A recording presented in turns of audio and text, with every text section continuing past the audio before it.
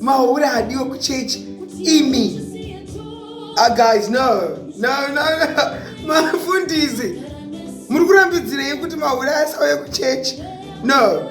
Munofana kudza vanhu chokwadi nenyaya yeBhaibheri. Do you know kuti 5 women in Jesus' genealogy were Mahure Emakoko? Do you know that? You know, I don't like vanhu vanoparidza shoko raMwari musingaziye shoko.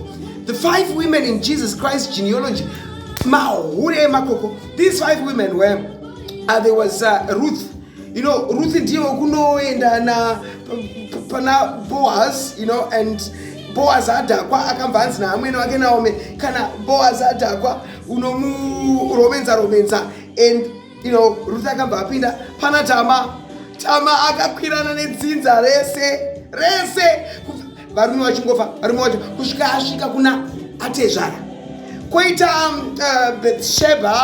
Bathsheba ndiye anga ari mukadzi waUraya, you know, like then akaurayirwa murume wake naDavid. Remember, God said, David is the man after my heart. But David ndiye nyakuuraya Uraya kuti anoshira Bathsheba.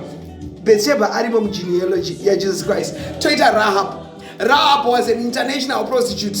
Imba yake yanga iri, you know, in the entrance of the city. Vaisvika vese vaienda kwaRahab, you know, vana Rahab ndipo kelo.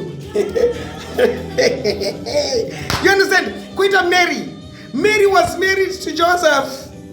Mary anga ine murume mai vaJesu, but mweya mutsvene wakauya uchihura nemukadzi wemunhu chihure ichocho. What are you saying? These 5 women, Esther hamo mugenealogy, Deborah hamo, ozonzwa kuti Mahure anodiwa kuchechi. The church is for Mahure.